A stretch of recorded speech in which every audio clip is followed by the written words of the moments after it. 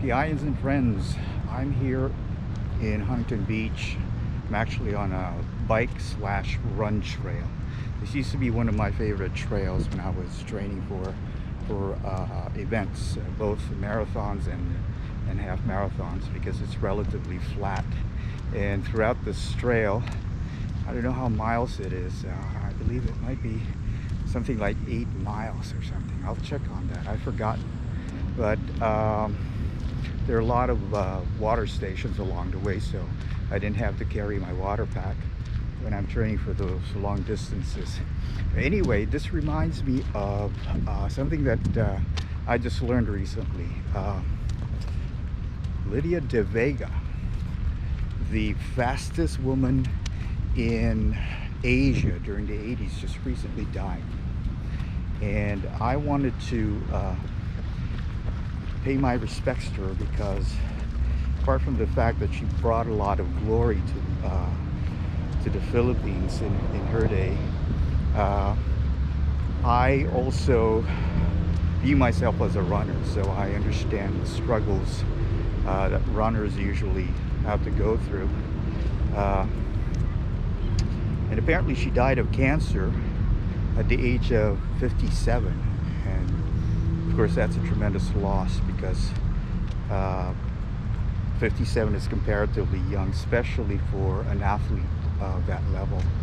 But something about her though, she, in her time, I believe her athletic career lasted around a decade, and in that time she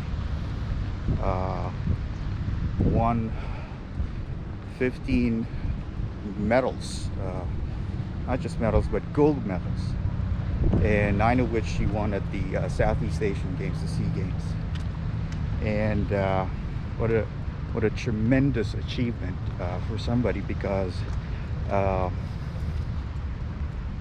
she just dominated in her day. But aside from that, one year she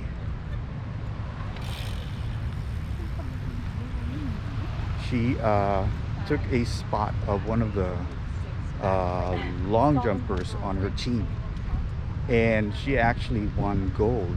I believe that was in 1987, and that wasn't really her event. So that just gives you an idea on the caliber of an athlete that she was in her day. But of course, the loss of any person is something to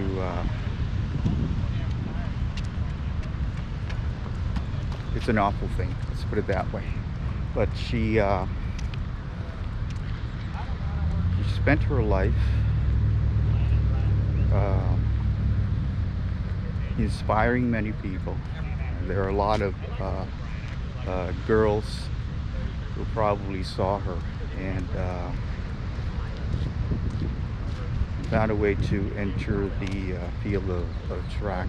Now, running is a sport that is often misunderstood because the thing about running is,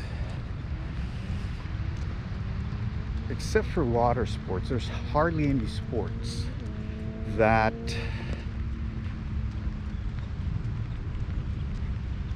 does not use running as a base. In other words, if you want to be a soccer player, you have to run. If you have, or you aspire to become a basketball player, you have to run, so on and so forth. But she was a sprinter, and I remember a coach telling me one time that to develop a sprinter, often what they had to do was they had to put them on long distance runs to build that long lean muscles.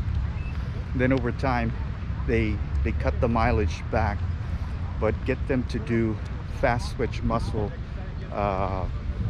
conditioning so that they could create this explosion of power sustained for about 10 seconds, 10, 11, 12, 13, 14 seconds. and do it that way. So it would be akin to a Formula One season, and you run it for many weekends. Then take that same mileage and run it for 24 hours. That would be like sprinting. The explosive power is tremendous. And essentially, in order to be able to run at that level, you have to have equal amounts of very extreme exercising. You basically break your muscles, and then you have to let it heal. Then aside from that, you have to have the proper nutrition, as well as copious amounts of rest. So there's that discipline that's required to be able to do that. That means destructive habits and vice will have to be excised from your daily living. And that's what really makes athletes that different, because of the discipline. But anyway, I wanted to talk about her because anyone who lived in the Philippines in the 80s heard about her. It's absolutely no doubt about it. She was all over the news. And so I wanted to offer her family my deepest sympathies. And hopefully she rests easy. I'm almost certain that she'll find a track right up there, wherever it is that she ends up, and